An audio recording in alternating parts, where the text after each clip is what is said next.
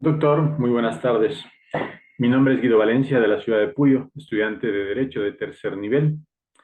Hoy hablaremos respecto de la sociología básica del derecho ecuatoriano, una perspectiva desde la exclusión a la inclusión social. He dividido la historia del Ecuador desde el descubrimiento, digamos, de la llegada de los primeros españoles de nuestro país hasta la actualidad en cuatro periodos para entender la evolución sociológica de nuestra nación. Es mi perspectiva personal y tiene relación precisamente con las etapas de la construcción del derecho, como voy a explicar. Durante la colonia, el derecho que regía en lo que ahora es Ecuador era herencia del sistema jurídico romano y español. Desde 1526, fecha en la que se entiende llegaron los primeros colonizadores, hasta 1830 en que se dicta la primera constitución ecuatoriana y empieza en ese momento la etapa de la república. De 1830 a 1977 hay un periodo en el que existe al mismo tiempo democracias y dictaduras.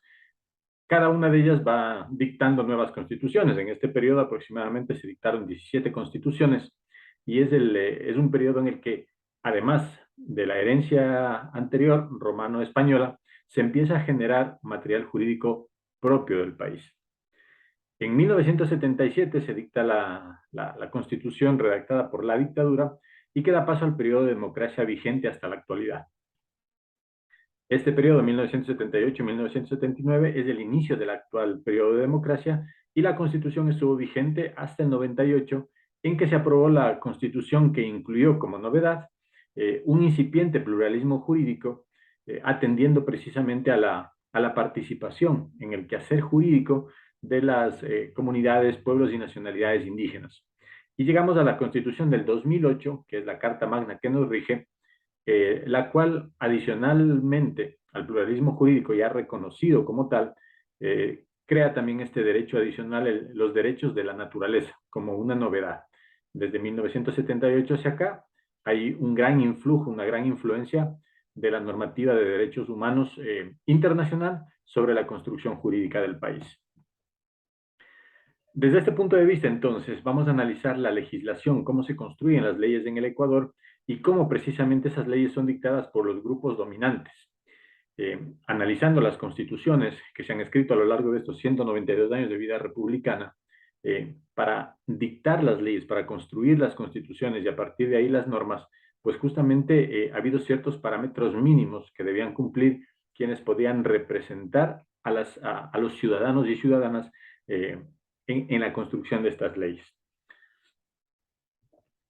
De las 17 constituciones construidas entre 1830 y 1967 se generan con representatividad limitada de la ciudadanía, precisamente dando pasos a ciertos ciudadanos de acuerdo con la edad, el nivel de ingresos económicos y el nivel de educación formal también que han recibido.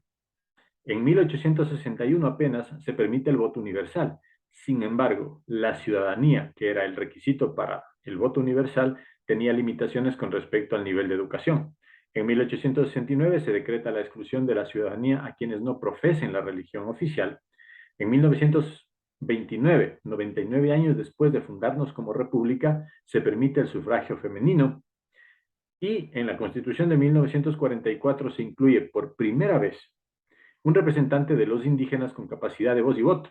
Dentro de los 98 asambleístas electos para redactar esa constitución, un representante de los pueblos y nacionalidades indígenas. Más de 100 años, 114 años para ser exactos, le tomó a Ecuador reconocer que los pueblos y nacionalidades indígenas tenían o debían tener representatividad en el país. Con esta breve mirada, vemos que hay un grupo de la sociedad que se ha quedado al margen de la construcción jurídica, de la construcción legal en el Ecuador, y en un primer momento, pues son las mujeres que representan casi siempre el 50% de nuestra sociedad, los pueblos y nacionalidades indígenas, que aunque son minoría, en este momento, al inicio de la República, tenían una mayor representatividad poblacional. Y de paso también los analfabetos hasta cierta etapa en la que el voto se convirtió en universal y especialmente en Ecuador, obligatorio.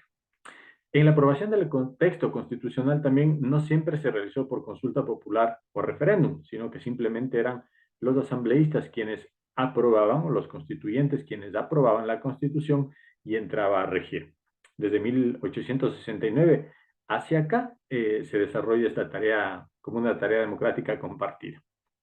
La pregunta que queremos responder en estos minutos es: ¿existe relación y correspondencia entre las leyes que se construyen para Ecuador en la Asamblea Nacional o en el anterior Congreso y las necesidades e intereses generales de todos los habitantes y ciudadanos del país? ¿O esta relación es una utopía de difícil realización? La sociología jurídica, como sabemos muy bien en cuanto a ciencia social, estudia las causas y los efectos del derecho en la sociedad. Es decir, las normas se dictan para regular la sociedad en la que vivimos, y al mismo tiempo la vida, la interacción social de los grupos humanos va creando nuevas leyes, nuevas normas que mandan, prohíben o permiten, que es lo que hace una norma, una ley. Por lo tanto, esta relación entre derecho y sociología permite que los jurisprudentes y quienes construyen leyes entiendan desde otra perspectiva la vida social humana, la vida social de los grupos, la vida social de las minorías y de la sociedad en general. Este análisis, que debería hacerse de manera permanente, da origen precisamente a conflictos, y esos conflictos tienen una respuesta desde el punto de vista jurídico en la construcción de nuevos códigos jurídicos como solución efectiva a los conflictos. Sin embargo, hay un aspecto fundamental, y es la capacidad de la sociedad de entender y aceptar esa nueva norma como si fuera justa, democrática y humana. Entre los autores relevantes de la sociología ecuatoriana tenemos a Pío Jaramillo Alvarado, quien en su obra El Indio Ecuatoriano analizó precisamente esta forma de exclusión permanente de los pueblos originarios en la vida pública del Ecuador. Ese es su gran aporte, la gran discusión, y es el origen de la sociología en relación con el derecho en nuestro país. Jorge Hugo Rengel, otro renombrado sociólogo, en cambio, se dedicó al trabajo de la criminología, y desde ese análisis fue ministro juez de la Corte y también docente universitario. Agustín Cueva, desde una perspectiva marxista, analiza el proceso de dominación política en el Ecuador. Siguiendo la línea marxista, precisamente trata de entender, trata de explicar, trata de relacionar este movimiento de exclusión, inclusión de la ciudadanía en la construcción o no del derecho.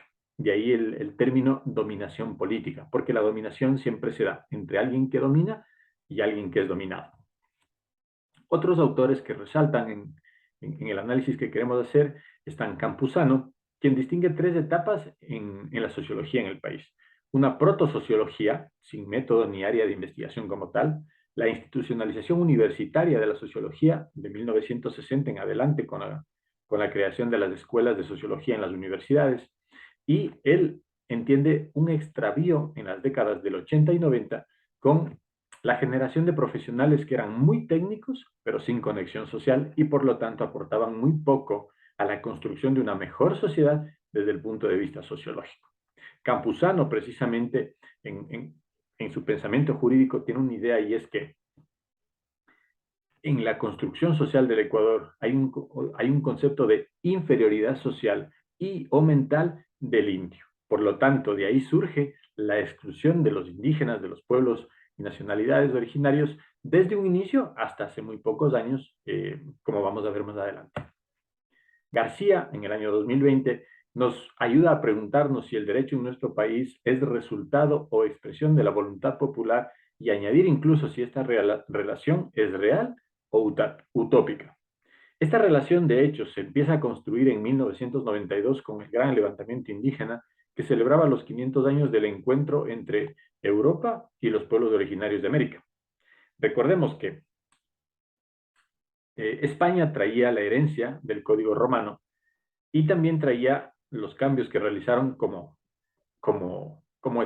Estado español o como sociedad española, y esa monarquía española es la que vino a dominar nuestro país, la zona de América en la que estamos nosotros. Por lo tanto, el código legal que ellos traían se encuentra con lo que acá originariamente tenían nuestros pueblos y los incas, y de ese encuentro surge esta exclusión y el no reconocer los derechos de las personas que viven acá. A raíz de la Constitución de 1998, En concordancia con el convenio 169 de la OIT, Ecuador da un giro y reconoce precisamente que el Estado es unitario, independiente, democrático, pero además es pluricultural y multiétnico. Entre otros valores adicionales, otros derechos que se reconocen en esta Constitución, está darle valor al quichua y al shuar como idiomas ancestrales de uso oficial por los pueblos indígenas, aunque el castellano sigue siendo el único idioma oficial. En el artículo 17 se reconoce que el Estado debe garantizar a todos sus habitantes, sin discriminación alguna, el libre y eficaz ejercicio y goce de los derechos humanos que les corresponden. El artículo 191 reconoce que las autoridades de los pueblos indígenas pueden ejercer funciones de justicia aplicando normas y procedimientos propios de ellos consuetudinarios, pero que no vayan en contra de lo que ni la Constitución ni las leyes mandan. El artículo 23, por ejemplo, habla de igualdad ante la ley sin discriminación alguna en razón de edad, sexo, etnia, color, origen social, nivel de educación, religión, posición económica. El artículo 41 genera esta discusión con respecto a las políticas para la igualdad y con enfoque de género a la construcción del Estado. Y el artículo 102 ahonda en esto precisamente, permitiendo o asegurando la participación equitativa de mujeres y de hombres en elecciones populares. La Constitución de 2008, llegando ya al marco jurídico que en este momento nos norma, reconoce, asegura todos estos avances de la Constitución de 1998 y le añade un valor adicional. Ese es la creación de un quinto poder. Este quinto poder, concebido originariamente como un concepto muy claro, una iniciativa muy clara, no se ha terminado de asentar en nuestro país. Sin embargo, el Consejo de Participación Ciudadana y Control Social pretende dotar al soberano, que es el pueblo, de la capacidad para tomar las decisiones más importantes y exigentes para su futuro sin la intervención ni de los partidos políticos, ni de los grupos de poder, ni la intervención estatal o de quien gobierne en ese momento. Algo que, desde mi criterio personal, en estos 14 años de vigencia de la Constitución, no se ha conseguido. A modo de conclusión, luego de este análisis y de la pregunta que nos hacíamos, considero que la relación entre sociología y derecho está más vigente que nunca. Sigue siendo parte de un proceso en construcción permanente. Y de ahí el llamado a que los juristas y los legisladores estén siempre atentos a la relación entre estas dos ciencias. La utopía de la inclusión social sin discriminación alguna sigue siendo una exigencia al sistema jurídico, porque precisamente una vez construidas las leyes son tanto los profesores de derecho como los estudiantes de derecho, como los estudiosos del derecho y especialmente los jueces y los abogados en ejercicio quienes tienen que garantizar que los ciudadanos y ciudadanas de a pie puedan recibir un trato justo acorde con las leyes y que en ese trato justo se incluya la no discriminación. La relación entre estos dos ámbitos, la sociología y el derecho, está inacabada siempre y exige de los profesionales una atención particularmente centrada en la previsión de nuevos modelos, tanto propios como impuestos por los códigos legales extranjeros que a veces son parte de nuestro código y ordenamiento jurídico, para evitar que existan nuevas formas de discriminación en relación del tema de cultura, economía, religión, costumbres, decisiones personales o incluso la capacidad de acceso a la tecnología, que ahora se ha convertido en una nueva forma de exclusión y de discriminación. Finalmente, la inclusión social, para contestar a la primera pregunta, es más que una utopía. Desde mi punto de vista es una tarea, es un reto que todo jurista debe tomar como una obligación en todos los niveles de su trabajo profesional. Si no queremos, como decía Pío Jaramillo Alvarado, que Ecuador sea construido desde la exclusión social, sino al contrario, que construyamos una nación con inclusión social para todas y todos, el trabajo de los legisladores al construir leyes y de quienes ejercen el derecho día a día tiene que hacerse precisamente basándose en la no discriminación y en la inclusión de todas y todos para que el marco jurídico del país asegure precisamente el goce de derechos, que es el primer derecho que tiene todo ser humano. Muchas gracias.